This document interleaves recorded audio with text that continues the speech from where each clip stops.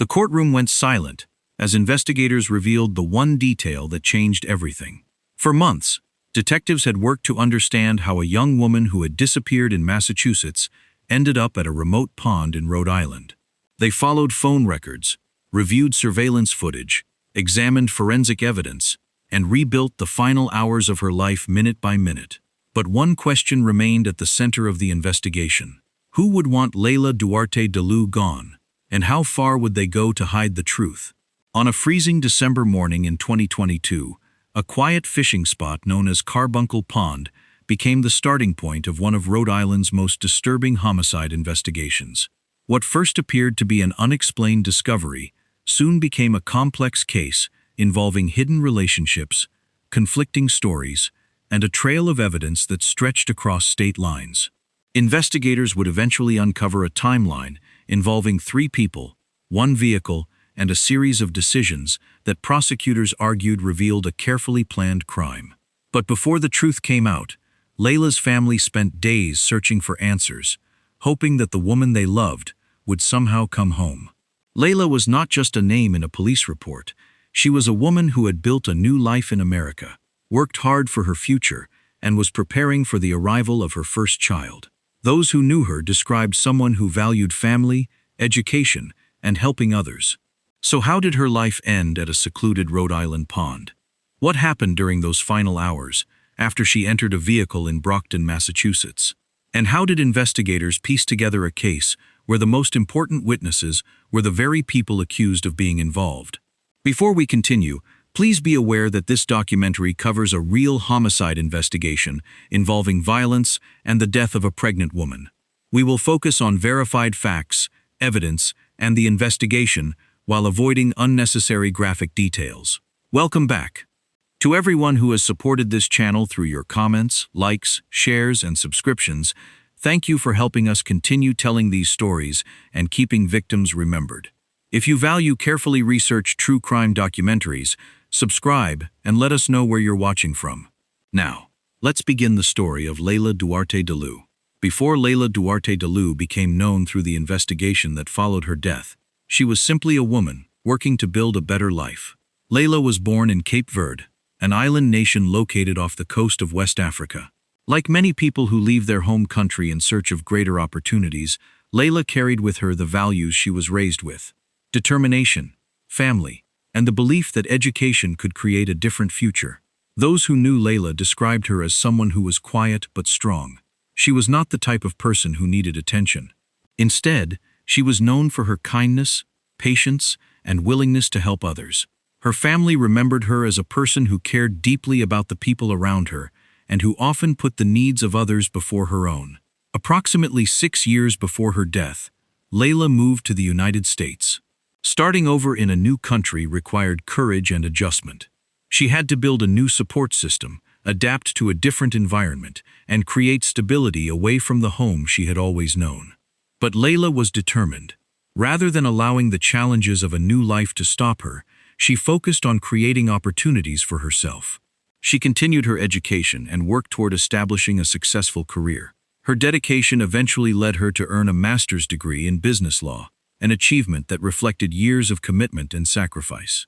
For Leila, education was more than a qualification. It represented independence and the future she was working toward. Friends and relatives described her as hardworking, disciplined, and humble. Despite her accomplishments, she remained someone who valued simple things: family connections, helping others, and building a secure life.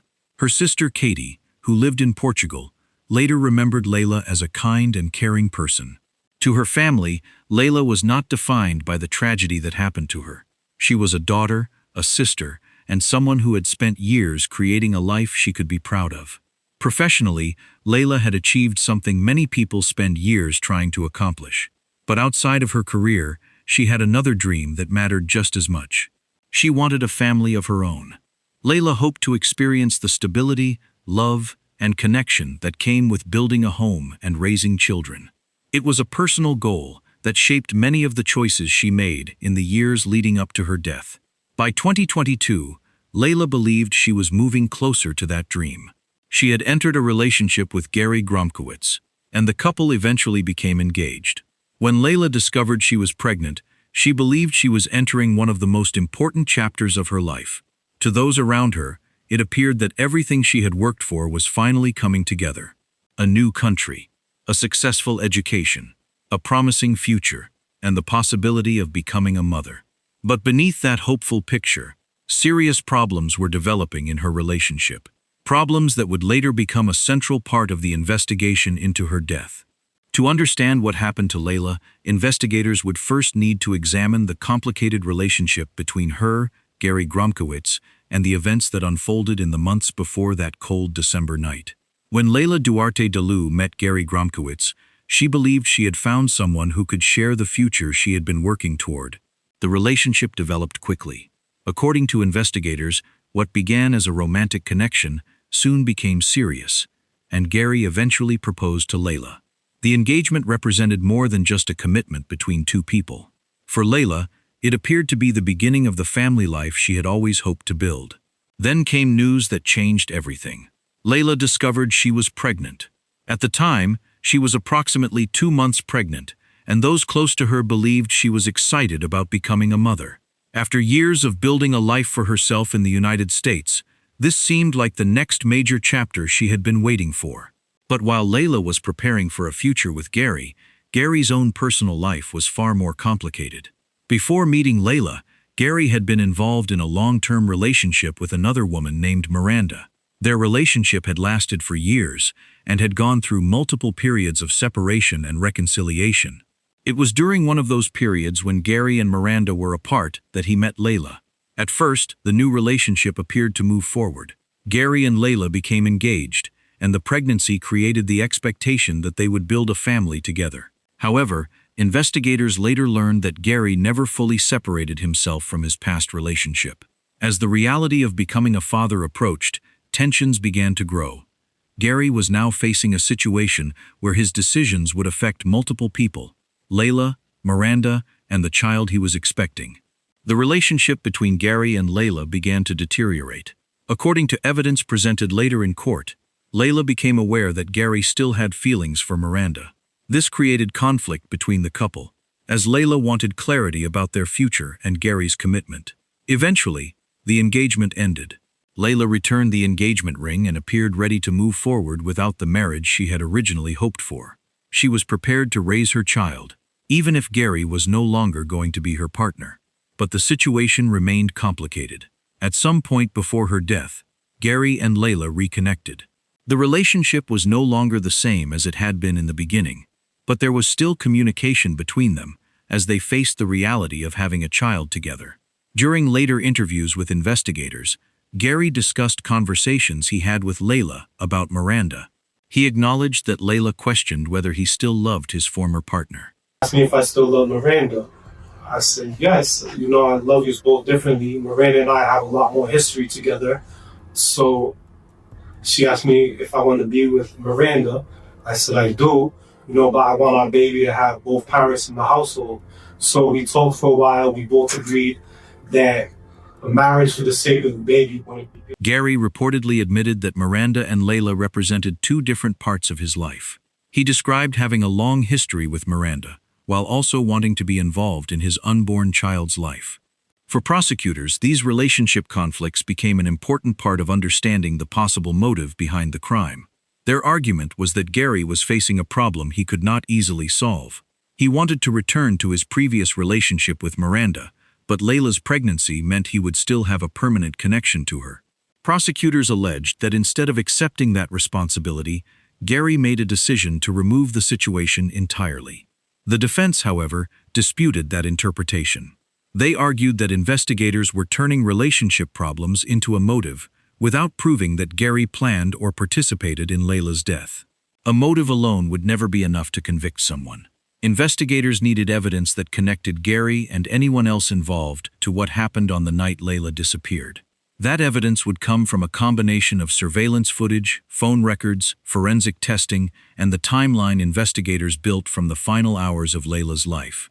And that timeline began in the early morning hours of December 21, 2022, when Leila entered a vehicle in Brockton, Massachusetts, and disappeared into the night. The last known hours of Leila Duarte Daloo's life began in the early morning darkness of December 21st, 2022. At approximately 2:30 a.m., a landlord in Brockton, Massachusetts, noticed something unusual outside the building where Leila lived. A black Jeep Grand Cherokee with Rhode Island license plates had arrived. Leila, dressed for the cold weather, left the building and entered the vehicle. Inside was Gary Gromkiewicz, the man she had once planned to marry, and the father of her unborn child. But Gary was not alone. Sitting in the passenger seat was Michael Lambert, a longtime associate of Gary's. At that moment, Leila's family and friends had no reason to believe this would be the last time anyone would see her alive. From the outside, it appeared she was simply meeting Gary, possibly to discuss their relationship, their child, or the uncertain future between them. But investigators would later determine that this meeting marked the beginning of the final sequence of events leading to her death. The Jeep left Brockton and began traveling south.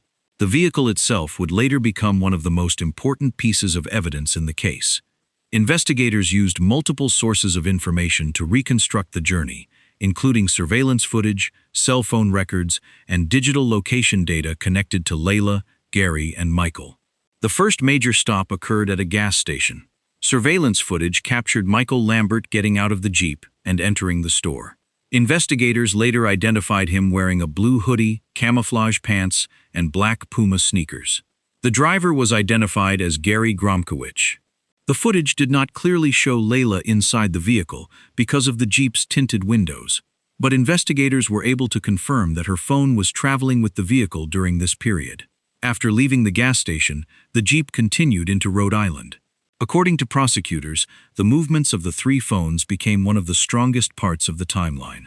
The devices connected to Leila, Gary, and Michael followed the same route, placing all three individuals together during the early morning hours. The vehicle eventually reached the Warwick, Rhode Island area. Investigators believed this location was significant because the phones remained there for an extended period of time. Prosecutors argued that this was where the assault against Leila occurred. The exact events during that period became one of the central questions of the trial. There were no eyewitnesses who saw what happened, so investigators relied on the evidence left behind afterward to reconstruct the timeline. After leaving Warwick, the Jeep continued moving. At approximately 5:15 a.m., the vehicle stopped at a 24-hour convenience store in Lincoln, Rhode Island. Surveillance footage from this location captured Michael Lambert again. Investigators noted that his appearance had changed compared with earlier footage. They also observed an injury to his hand that was not visible during the earlier stop.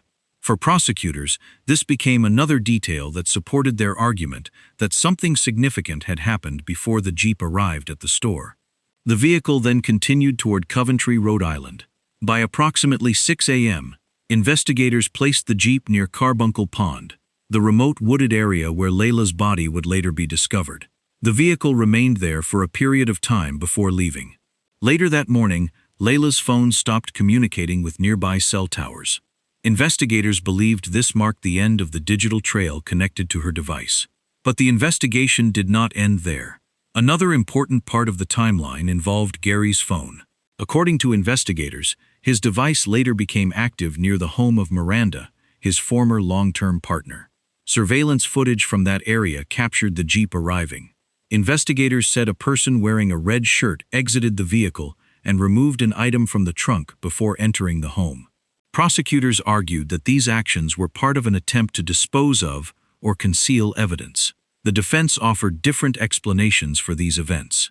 Gary later claimed that he had separated from Michael during the night and had no involvement in Leila's death.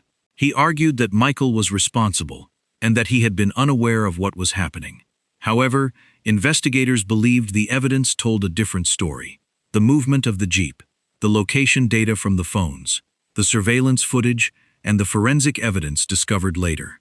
Together, these details created the timeline that prosecutors would eventually present in court. But before investigators could build their case against Gary and Michael, they first had to answer the most important question. What exactly happened to Leila after she entered that Jeep? The search for that answer began at a quiet pond in Coventry, Rhode Island, where a discovery would turn a missing person investigation into a murder case. The investigation into Leila Duarte Daloo's disappearance changed direction on the morning of December 21, 2022. when police in Rhode Island responded to a disturbing discovery at Carbuncle Pond in Coventry. The wooded area was normally quiet, known mainly as a place for fishing and outdoor activities. But that morning, a fisherman arriving at the pond noticed something unusual near the water and contacted authorities. When officers arrived, they discovered the body of an unidentified woman. At that moment, investigators did not know who she was. They did not know how she got there, and they did not yet know that her disappearance had already been reported in another state. The first priority was securing the area and determining what information the scene could provide. Investigators began documenting the location, collecting evidence, and searching for anything that could reveal the identity of the victim or explain how she ended up there. The woman was fully clothed, but she was missing some personal items, including her shoes. She had no identification that immediately revealed who she was. With no name attached to the victim, investigators began treating the case as an unidentified death investigation. Meanwhile, in Massachusetts, concern was growing among the people who knew Leila. She had failed to show up for work, she had stopped communicating with family, and her absence was completely out of character. A missing person report was eventually filed with Brockton Police, and investigators began comparing missing persons cases with unidentified victims across state lines. The connection came when detectives compared information about the missing Massachusetts woman with the unidentified victim found in Rhode Island. The woman at Carbuncle Pond was identified as 34-year-old Leila Duarte Daloo. A missing person case had now become a homicide investigation. Once Leila's identity was confirmed, investigators from Rhode Island and Massachusetts began working together to reconstruct her final movements. One of the first questions they needed to answer was whether Carbuncle Pond was the location where Leila had died or whether her body had been moved there. Evidence at the scene suggested that the pond was not the original location of the attack. Investigators found signs that indicated Leila had been transported to the area after she was already injured. This meant detectives had to expand their search beyond the pond and determine where the events leading to her death had actually taken place. The medical examiner's findings provided additional information that shaped the direction of the investigation. The examination showed that Leila had suffered multiple injuries before her death. However, investigators determined that the injuries themselves were not the final cause of death. The findings indicated that Leila had been alive when she entered the water. This discovery was one of the most important turning points in the case because it changed the understanding of what investigators believed had happened. They were no longer investigating an unexplained death. They were investigating what prosecutors would later describe as a deliberate act involving another person or persons. The examination also confirmed that Leila was pregnant at the time of her death, approximately 8 to 10 weeks into the pregnancy. For investigators, this detail was significant because it connected directly to the relationship issues involving Gary Gromkiewicz. However, detectives understood that proving a motive would not be enough. They needed evidence. They needed to determine who was responsible, and they needed to build a timeline that could withstand scrutiny in court.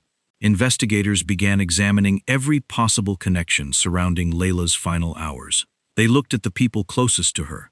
They reviewed her communication records. They searched for surveillance footage, and they began tracing the movements of the vehicle believed to have been involved. The black Jeep Grand Cherokee quickly became a major focus. The vehicle had been seen outside Leila's home shortly before she disappeared, and records showed it had traveled through the same areas connected to the investigation. As detectives continued collecting evidence, they discovered that the case would not be solved through one single clue. Instead, the investigation would depend on multiple pieces coming together: phone location data, surveillance footage, vehicle evidence, witness statements, and forensic testing. Each piece would help investigators reconstruct a timeline of events that occurred during the hours before Leila was found. The search for answers was only beginning, and as detectives followed the evidence from Rhode Island back into Massachusetts, they would uncover a case built around two competing stories: a complicated relationship and a trail of digital and physical evidence that would eventually lead to the courtroom. Once Leila Duarte Daloo was identified and the investigation was officially treated as a homicide, detectives faced one of the most difficult challenges in any murder case: reconstructing events that happened when there were no eyewitnesses. There was no single video showing exactly what happened. No one came forward claiming to have seen the crime. Instead, investigators had to build the case piece by piece. The foundation of that reconstruction came from digital evidence. Investigators obtained search warrants for the cell phone records belonging to Leila Duarte Daloo, Gary Gromkiewicz, and Michael Lambert. The data allowed detectives to track the movement of the devices during the hours when Leila disappeared. According to investigators, the three phones followed a similar route from Massachusetts into Rhode Island. This became a critical part of the prosecution's timeline. The phone records placed Leila's device traveling with Gary and Michael after she entered the Jeep in Brockton. The devices later showed movement through several Rhode Island locations connected to the investigation. One of the most important locations was the Buttonwoods area of Warwick. Investigators said the three phones remained in that area for a significant period of time before moving again. Prosecutors argued that this pause represented the location where the events leading to Leila's death began. The phones later continued traveling toward Lincoln and eventually Coventry, where Carbuncle Pond was located.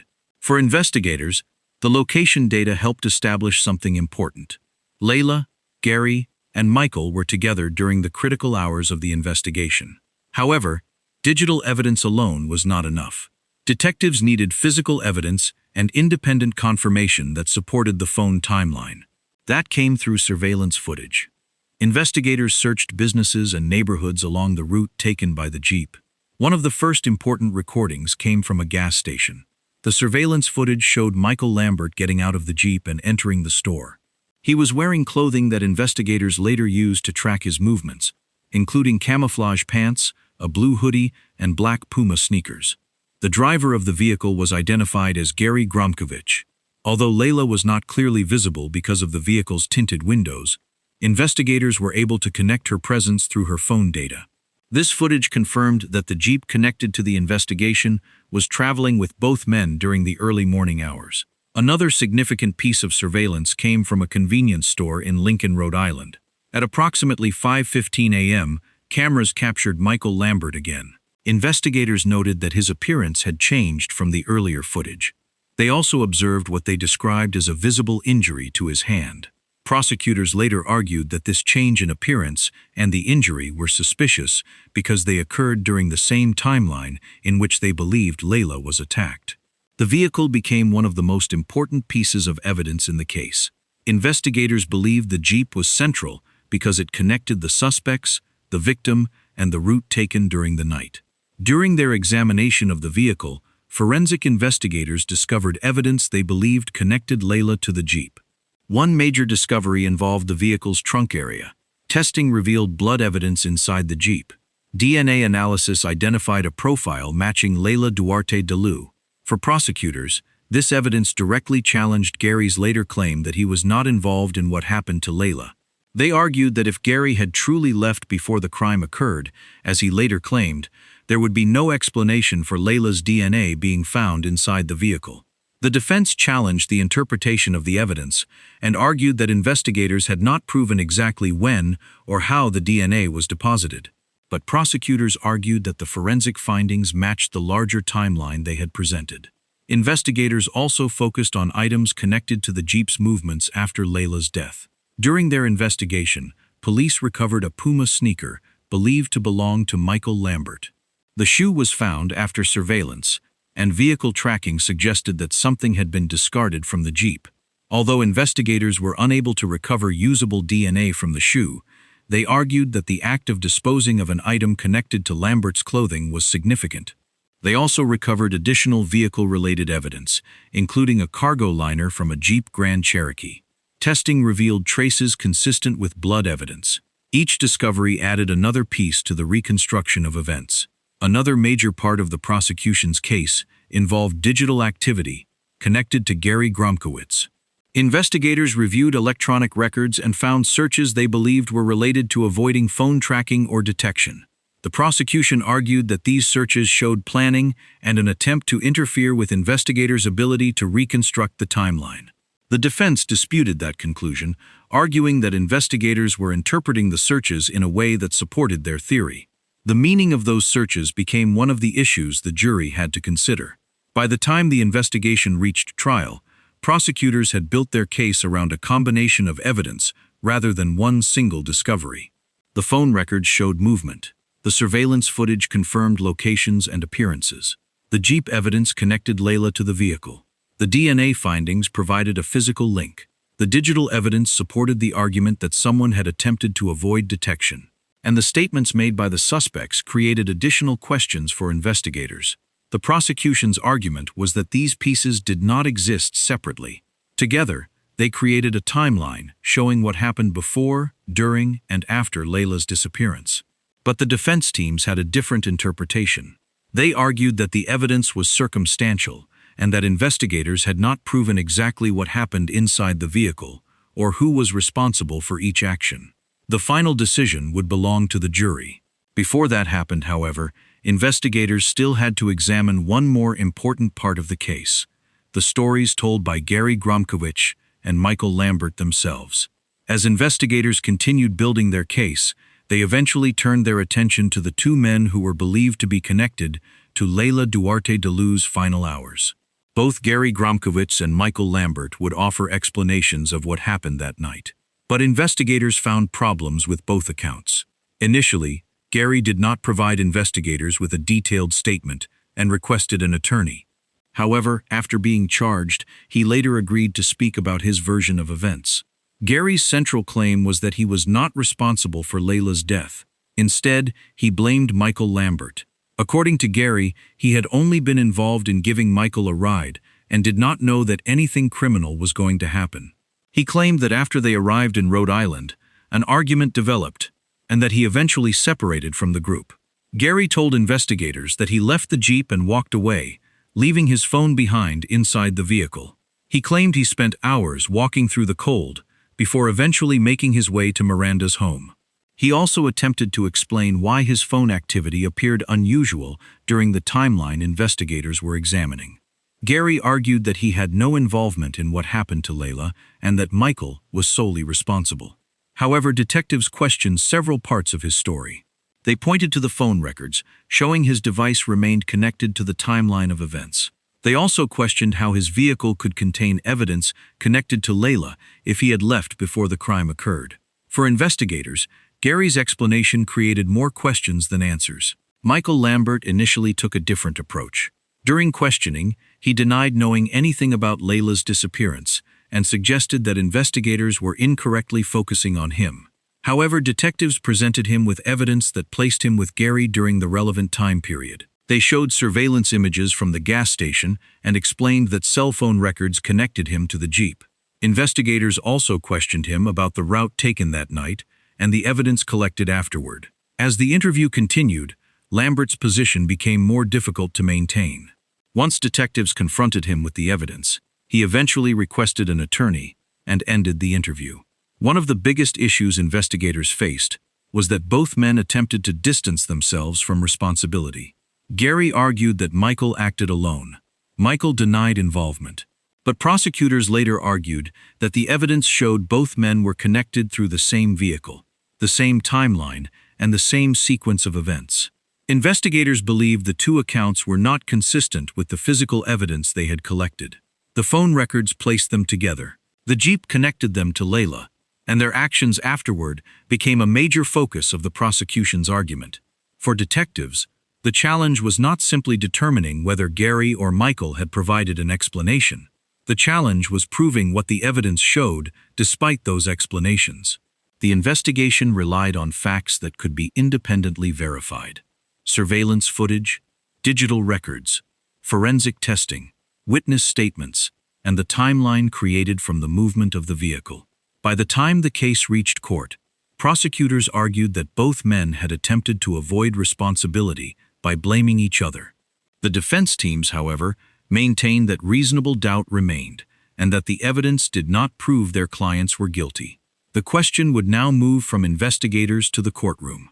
Did the evidence prove that Gary Gromkiewicz and Michael Lambert were responsible for Leila Duarte Daloo's death?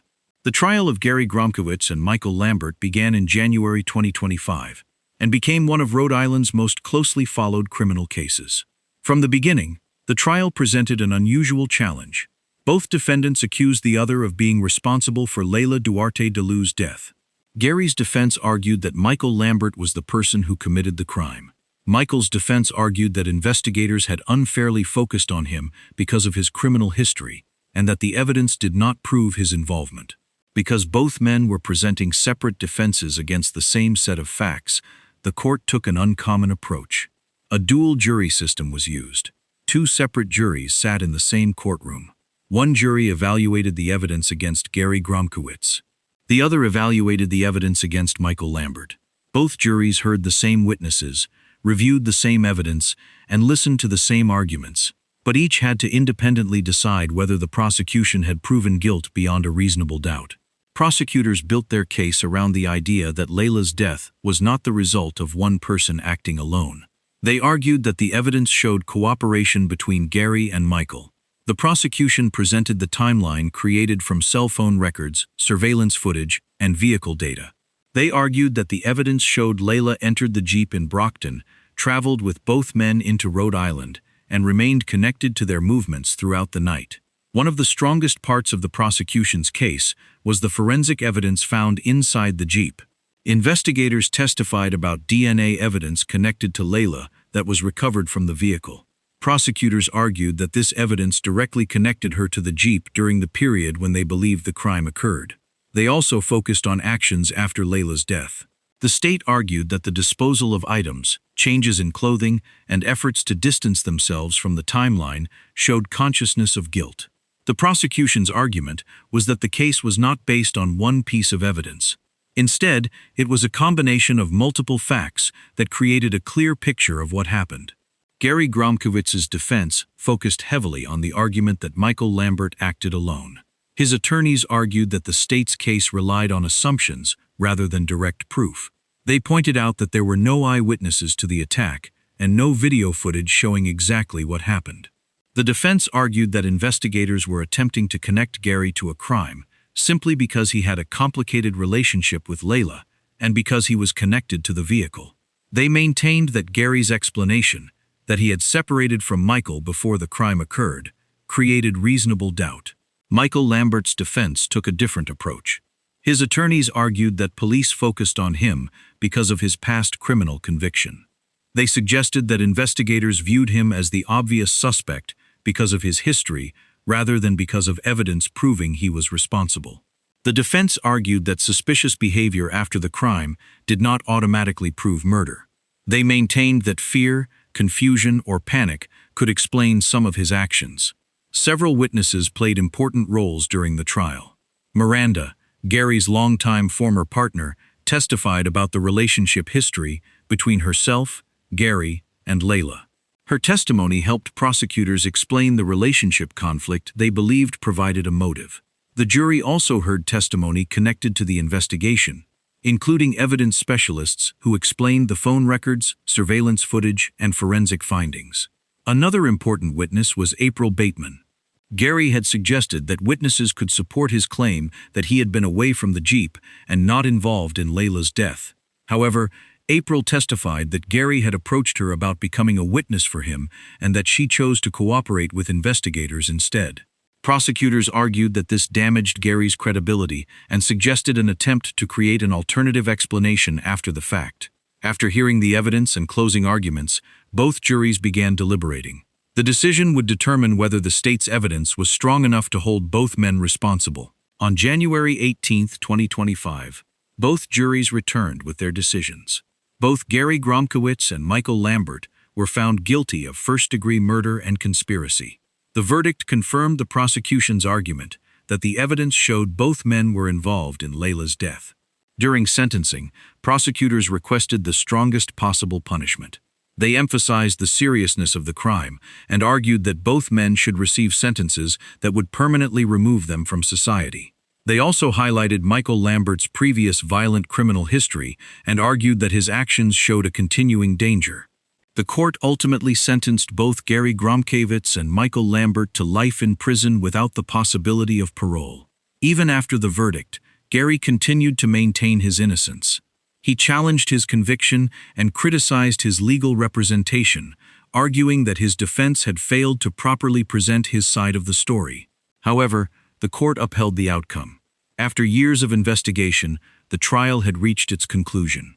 For Leila's family, the verdict could not undo the loss they had suffered, but it provided an official answer to the question that had remained since that cold December morning: who was responsible for taking Leila Duarte Daloo's life? The story of Leila Duarte Daloo is not only about the crime that ended her life. It is also about the person she was before the headlines, the investigation, and the courtroom proceedings. Leila was a woman who left Cape Verde and built a new life in the United States through determination and hard work. She pursued her education, created a career, and dreamed of building a family of her own. To her loved ones, she was not simply a victim in a criminal case. She was a daughter, a sister, a friend, and a woman whose life was filled with goals, relationships, and hopes for the future. For Leila's family, the investigation and trial were an extremely painful journey. They had to wait years for answers, while investigators worked to uncover what happened during her final hours. But through the process, they continued to honor her memory and make sure she was remembered for more than the circumstances of her death. The case also showed how modern investigations are often built. There was no single piece of evidence that solved everything. Instead, detectives combined digital records, surveillance footage, forensic testing, witness testimony, and careful reconstruction of the timeline to present the facts in court. In the end, both Gary Gromkiewicz and Michael Lambert were convicted and sentenced to life in prison without the possibility of parole. While the verdict brought legal accountability, it could never replace the future Leila and her family lost. Her story remains a reminder that behind every investigation is a real person whose life mattered long before they became part of a case file. Thank you for watching and for supporting this channel. If you believe these stories deserve to be told with accuracy, respect, and compassion, consider subscribing, sharing this documentary, and leaving your thoughts below. Your support helps us continue bringing attention to cases that should never be forgotten.